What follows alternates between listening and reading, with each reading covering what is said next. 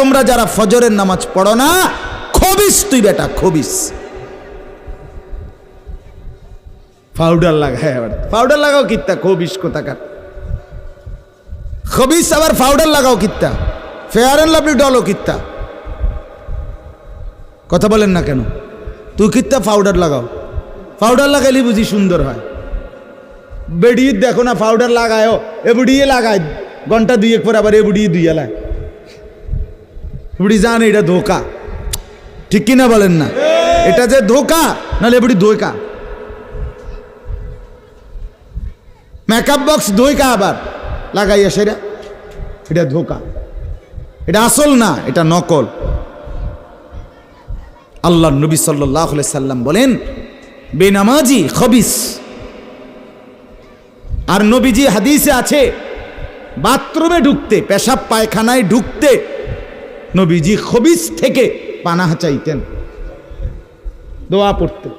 তো এই দোয়ার অর্থ কি? আল্লাহ আমি খবিস থেকে কি চাই? পানাহ চাই। তার মানে নবীজি বুঝাই দিছে উম্মত, পেশাব পায়খানার মধ্যে থাকে খবিস। খবিসের ঠিকানা কোথায়? Bathroom, bathroom, toilet. আল্লাহুম্মা ইন্নী আউযু বিকা মিনাল খুবুসি ওয়াল খাবায়েস। আল্লাহ খবিস থেকে পানাহ চাই। বাথরুমে ঢুকতে বলেন, জন্য বেনামাজি খবিস। এই খবিসের ঠিকানা টয়লেট, নাপাক, এটা নাপাক, এটা অপবিত্র, অপদার্থ, এটা অকর্মণ্য। এটা জিন্দেগির আর অর্থ কি? জীবন মানে খানা, জীবন মানে ঘুম, জীবন মানে লজ্জাস্থানের চাহিদা পূরণ, যৌন চাহিদা পূরণ, এই তিন জিনিস। তাহলে কুকুরের সাথে, বিড়ালের সাথে, গরু ছাগলের সাথে তফাৎ কি? ওই প্রাণীগুলোও তো খানা, ঘুম এবং যৌন চাহিদা পূরণ করে কিনা? কথা বলেন না কেন? কুকুরের ছাও আছে কিনা? তো কুকুর বিড়াল খায় কিনা? কুকুর বিড়াল ঘুমায় কিনা? তো তোমার সাথে তফাৎ কি?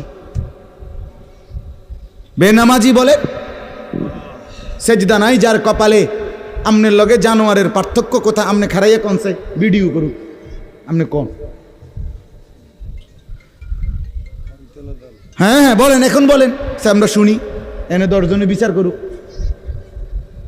পার্থক্য কোন? আপনার সাথে জানোয়ারের তফাৎ কি? ছেলেরা বলো বাবা, তোমরা যারা মাগরিবের নামাজ পড়ো নাই, হ্যাঁ, লজ্জা কোথায় তোমাদের? শরম কোথায়? এই বেহায়া,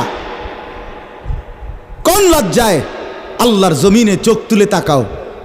হ্যাঁ, নির্লজ্জ, ছি ছি ছি ছি। মুসলমান এত আত্মমর্যাদা বোধহীন হয় কিভাবে? মালিককে চেনে না, বানানেওয়ালাকে চেনে না, গোলামি বোঝে না, সেজদা দিতেও মন চায় না। মুসলমান এত পাষাণ হয় কেমনে? আরে তার মা কোথায়? তার বাবা কোথায়? আরে তুই কোন মার দুধ খাইছ রে? তোরে কি মা দুধ খাওয়ায় নাই? তুই কি বাবার হাতে বড় হও নাই? তুই কি মুসলমানের ঘরে জন্ম নেও নাই? হায় না ফরমান। মা বাপগুলোকে বললাম, কি ফুতেরে মা আমনে দুধ খাওয়াইলেন? এই অপদার্থ তো সেজদাও দেয় না। হ্যাঁ, এই বাপ, কাল লাগে বা বিল্ডিং বানাইলেন? এই হাইওয়ান তো সেজদাও দেয় না। কাল লাগে সোফা বানান, মাতবুরি দেখান, সাদওয়ানে বইয়া গপ মারেন, জিফুত লইয়া বালা আসি, কিতা বালা?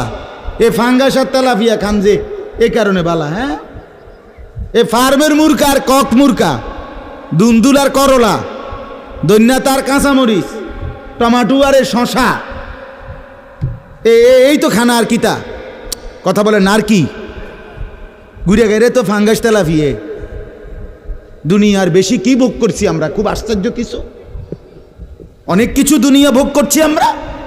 এটুকু দুনিয়া ভোগ করছেন বলে এ ফান কদ্দুর খান, বিড়ি খান, চা খান, বন খান, টেলিভিশনে মানুষের বেডির নাচ চান। আমনের বেডি তো আর নাচে না, নাচে মানুষের বেডি। কথা বলেন না? এতটুকু দেখেই দুনিয়া ভোগ করছেন বলে খুশি হয়ে গেলেন। তৃপ্ত হয়ে গেলেন, মজা পেয়ে গেলেন। আহা, আফসুসের ব্যাপার। এত লম্বা আখিরাত কেমনে পার হবেন? এত লম্বা কবরের জিন্দেগি কেমনে পার হবেন বলেন তো? নূহ আলাইহিস সালামের জামানায় যারা মারা গেছে তারা আজ কত হাজার বছর কবরে পড়ে আছে। ইব্রাহিম আলাইহিস সালামের জামানায় যারা মারা গেছে তারা আজকে কতদিন কবরে পড়ে আছে। হ্যাঁ, আবু জেহেল আজকে কত বছর কবরে পড়ে আছে? 1450 বছর, আরো বেশি, 1450 বছর ধরে পড়ে আছে কবরে। এরপরে তো হাসরের মাঠ, এরপরে তো ফুলসেরাত, এরপরে তো জাহান্নাম, আর তো রইছে। তাহলে দুনিয়ায় থাকলি কতদিন, কবরে পড়ে রইলি কতদিন? আপনি বলেন। আবু জেহেল দুনিয়াতে ছিল 800 বছর, কথা কন না? আবু লাহাব দুনিয়াতে জীবিত ছিল 900 বছর, তো কবরে আছে কত বছর? তো বাঁচছে কয় বছর? নাহলে 60 বছর, নাহলে 70 বছর, ঠিক কিনা বলেন? তাহলে দুনিয়ায় ছিলি কতদিন, কবরে আসত কতদিন? আচ্ছা, এই কথাই এখনই মনে হইল। হ্যাঁ, এরপরে তো সামনেরটি রয়েছেই মিয়া, এখনো তো কিয়ামত আসে নাই, এখনো তো ইসরাফিল ফু দেয় নাই। একবার ফু দিবে, সব কবরে যাবে, আবার ফু দিবে, হাসরের মাঠ কায়েম হবে। আবার হাসরের মাঠের একদিন, খোদার কসম এই কোরআনে আল্লাহ বলছে, হাসরের ময়দানের এখন একদিন, প্রতি একটা দিন কয় ঘন্টা? হাসরের একদিন আল্লাহ বলছে 50,000 বছর, 50,000 সানা, 50,000 বছর। হাসরের ময়দানের পুরা সময় না, একদিন, একদিন। পুরা হাসরের মাঠ কতদিন সেটা আল্লাহই জানে। প্রিয় বন্ধু আমার, নষ্ট হয়েন না। ছেলেরা আমার, বাপ, বরবাদ হইও না। মনে করো কেউ বলে নাই, তবুও নষ্ট করো না নিজেরে। বাবা বলে নাই, মা বলে নাই, সর্দারে বলে নাই, মাতবরে বলে নাই, গ্রামের মুরব্বীরা বলে নাই, কেউ তোমারে কিছু বলে নাই, তবুও তুমি নিজেরে নষ্ট করে দিও না। হযরত ইব্রাহিম আলাইহিস সালাম, পুরা কওম, আপন মা, আপন বাপ, সবাই মূর্তি পূজক, কেউ তো ওনাকে ইমানের দাওয়াত দেয় নাই, তবুও সেই ছোট্টবেলা থেকে তিনি ওইখানে থেকেই উনি খুঁজে নিছেন আল্লাহকে। কাকে খুঁজে নিছেন? আল্লাহকে খুঁজে নিছেন, আল্লাহকে তালাশ করে নিছেন। কওমের লোকেরা বলছে যে তারকা এটা রব। বলছে আচ্ছা ঠিক আছে, দেখি তো। কিছুক্ষণ পরে তারকা ডুবে গেছে। বলছে কই, রব আবার ডুবে কেমনে? পরের দিন এলাকার লোকরা বলছে চাঁদ, এটাই আমগো রব। বলছে আচ্ছা ঠিক আছে, মানে নিলাম, দেখি তো। ভোর হতে হতে দেখে চাঁদ নাই। কি ও রব যদি জায়গা, তো আমি বন্দা রইলাম, রব কু? বুঝেন নাই কথা? এরপরে বলছে সূর্য, এটা বড় সড়ো মোড়া তাজা, এটাই রব। হ্যাঁ, ইব্রাহিম আলাইহিস সালাম বলছে আচ্ছা দেখি তো। সন্ধ্যা হয়েছে আর সূর্য ডুবে গেছে। তো ইব্রাহিম আলাইহিস সালাম বলছে হায় আমার কওম, কি কও ইডি তোমরা? তোমার মাথা ঠিক আছে নি? রব কেমনে এর মোড়ে নামে? রব এমন হয় কেন? বানানেওয়ালা এত দুর্বল হবে কেন? তখন তিনি বলছে ইন্নী ওয়াজ্জাহতু ওয়াজহিয়া লিল্লাযী ফাতারাস সামাওয়াতি ওয়াল আরদা হানিফা ওয়া মা আনা মিনাল মুশরিকিন। যে না কওম শোনো, আমি তোমাদের বানানো কোনো দিকে ফিরব না, আমি ফিরছি আমার চেহারা, আমার জিন্দেগি ফিরাইয়া দিলাম ওই সত্তার দিকে যিনি 7 আসমান ও জমিন পুরাটা বানাইছে। হানিফান, একনিষ্ঠভাবে আমি শুধু তার দিকে ফিরলাম। ওমা আনা মিনাল মুশরিকিন, আমি মুশরিকদের অন্তর্ভুক্ত নই, আমি আল্লাহকে ছাড়া কাউকে মানি না। হ্যাঁ, হযরত ইব্রাহিম আলাইহিস সালামের বাবা বলছে পুত, তোরে আমি তেজ্য পুত্র করে বাড়ি ছাড়া করে দেব। হযরত ইব্রাহিম আলাইহিস সালাম বলছে আ'তাজিলুকুম ওমা তাদউনা মিন দুনিল্লাহ। আব্বা, আমি আপনারে ছেড়ে দিলাম, আপনি আমার কিনতে ছাড়বে, আপনি বাইর জায়গা দিতেন না, কিতে আমি আইলাম না আপনি বাইর। আমার ইমান দরকার, আমার আখেরাত দরকার। আমি বহন দিয়ে কিতা করি, আমি সোফা দিয়ে করবো কি, আমি বিল্ডিং দিয়ে করবো কি? যার বাপে বিল্ডিং করে দিছে না হাতে বেড়া পরে আর বিল্ডিং করতে আসছে না, মা কথা কয় না, বোঝেন নাই আমার কথাটা? যার বাপে জমি কিনা দিতে আসছে না এবারে পরে এবারে ফুতে আর কোনোদিন জমি কিনতে আসছে না, তো তো কি আপনি যে একবার উল্টাইয়া গেছেন।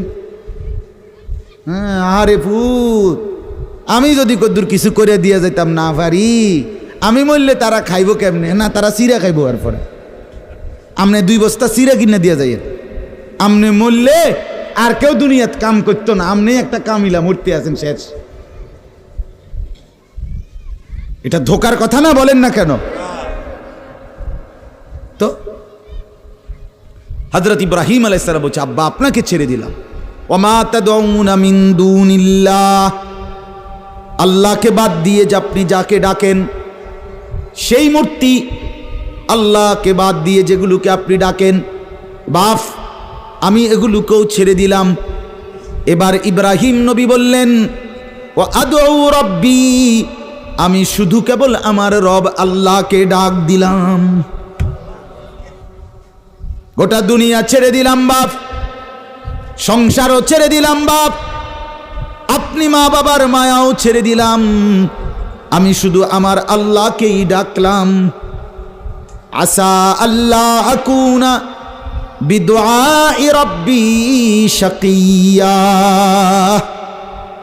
এবার ইব্রাহিম নবী বলেন, আব্বা আমি বিশ্বাস করি আমার ওই এক আল্লাহকে ডেকে কেউ কোনোদিন বঞ্চিত হয় না।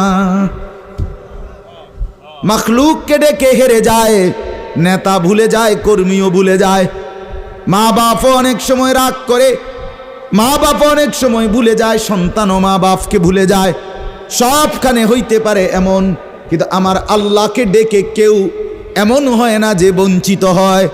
আল্লাহকে বান্দা যখন জমিন থেকে ডাক দেয় আল্লাহ রব্বুল আলামিন সাথে সাথে বলে লাব্বাইক ইয়া আবদি, আমার বান্দা আমি হাজির, বল না বান্দা কি দরকার। বান্দা আবার বলে আল্লাহ, আল্লাহ আবার বলে লাব্বাইক, আছি তো বলো না। বান্দা বলে সুবহানাল্লাহ, আল্লাহ বলে শুনছি তো বান্দা, বলো না কি চাও বান্দা। বান্দা আবার বলে আলহামদুলিল্লাহ, আল্লাহ বলে বলো না কি চাচ্ছ বলো। আল্লাহু আকবার, বলে আবারও বলছি কি চাচ্ছ বলো না, আমি তো শুনতেছি, আমি তো আছি বান্দা। কিন্তু বান্দা যখন শুধু আল্লাহকে ডাকতে থাকে, জিকির করতে থাকে, তাসবিহ পড়তে থাকে, মনের কষ্ট দুঃখ বেদনা চাওয়া পাওয়া কিছুই বলে না, শুধু জিকির করে, শুধু জিকির করে, শুধু আল্লাহকে ডাকে, আল্লাহকে ডাকে, শেষ পর্যন্ত আল্লাহ খুশি হয়ে বলে বান্দা তুই যেহেতু আমাকে ডেকে মজা পাইছো, ঠিক আছে বান্দা তুমি আমাকে ডাকতে থাকো, আমি আল্লাহ তোমাকে দিতে থাকি। কি লাগবে আমি তো জানি, তোর বিবি অসুস্থ আমি কি জানি না, তোর ছেলে বিদেশে অসুবিধায় আছে আমি কি জানি না, কথা বলেন। তোর যে শরীরে সমস্যা আমি কি এটা জানি না, আমি তো সব জানি, কোথায় তোর কোন মুসিবত। আল্লাহর আড়ালে কি কিছু হয়, আল্লাহর গোপনে কি কিছু হয়, তাইলে আল্লাহর ইচ্ছা ছাড়া কি কিছু হয়। এজন্য মোবাইলের কথা বলতে গিয়ে এতগুলোর কথা লম্বা বললাম। ছেলেদেরকে বললাম বাবা অনেক ছেলে বসছো, মাশাআল্লাহ, আল্লাহ খুব বরকত দান করে।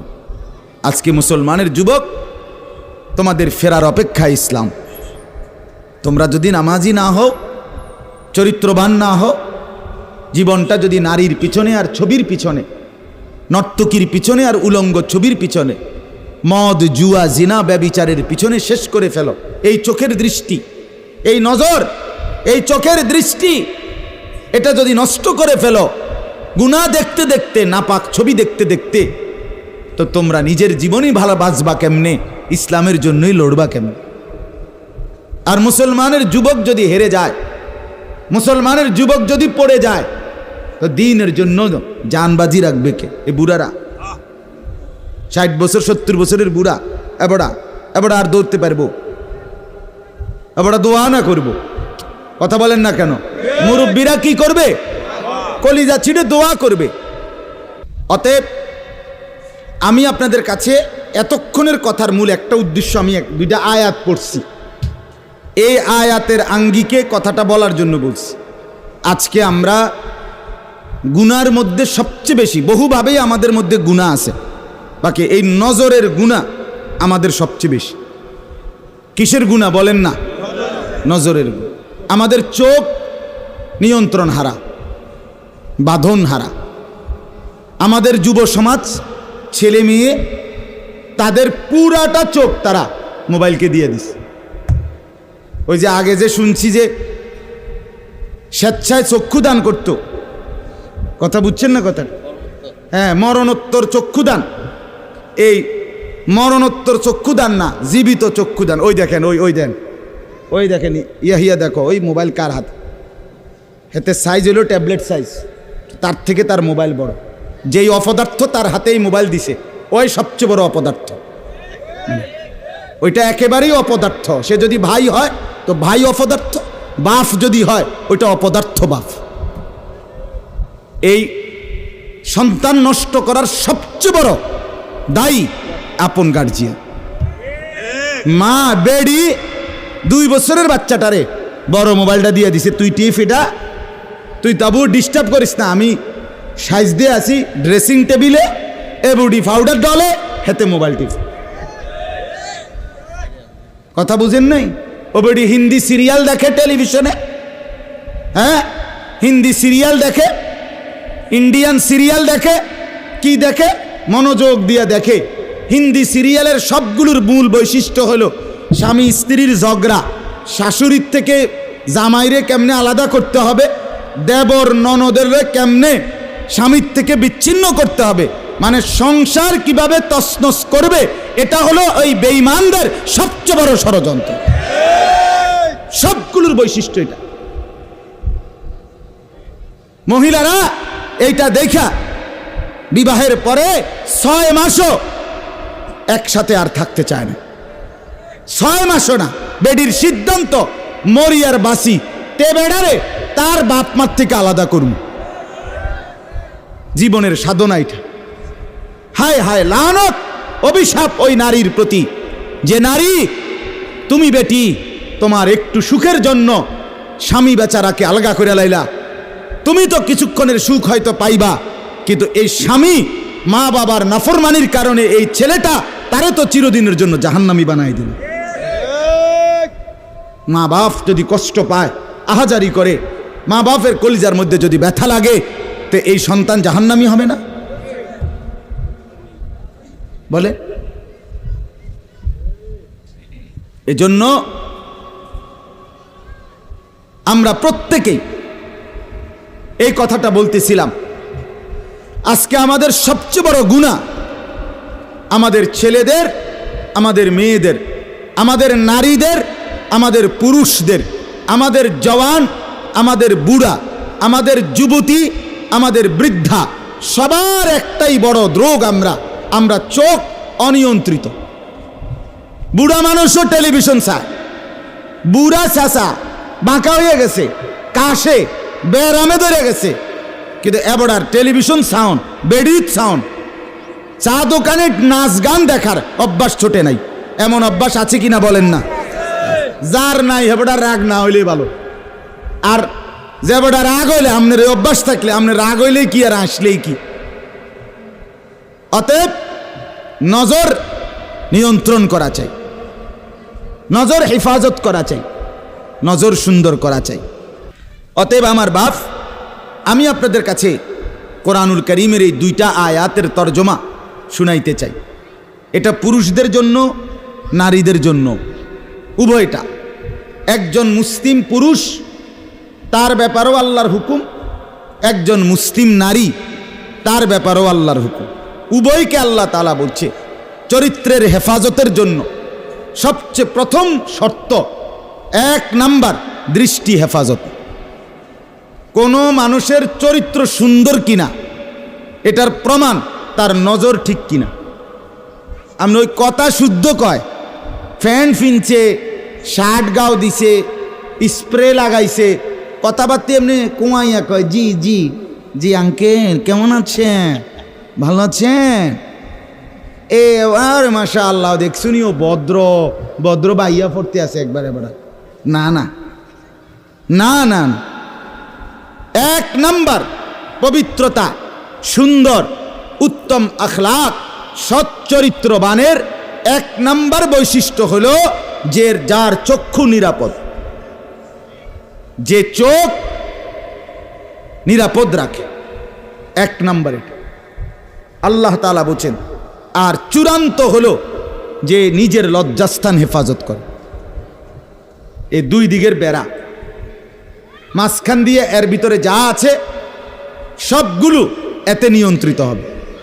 যে নিজের চোখকে হেফাজত করে, নামাইয়া রাখে, ভিন নারী, হ্যাঁ, যেই দৃশ্য দেখা, যেই ছবি, যেই নাচ গান, অশ্লীল দৃশ্য, হ্যাঁ, উলঙ্গ ছবি, বেপর্দা নারী, ভিন নারী, যাকে দেখার আমার কাছে অনুমতি নাই, আল্লাহ অনুমতি দেন নাই, তার থেকে নজর যে নামিয়ে রাখে এবং নিজের লজ্জাস্থান যে হেফাজত করে, আল্লাহ কোরআনে বলছে যালিকা আজকা লাহুম, এটাই হচ্ছে সর্বশ্রেষ্ঠ পবিত্রতা।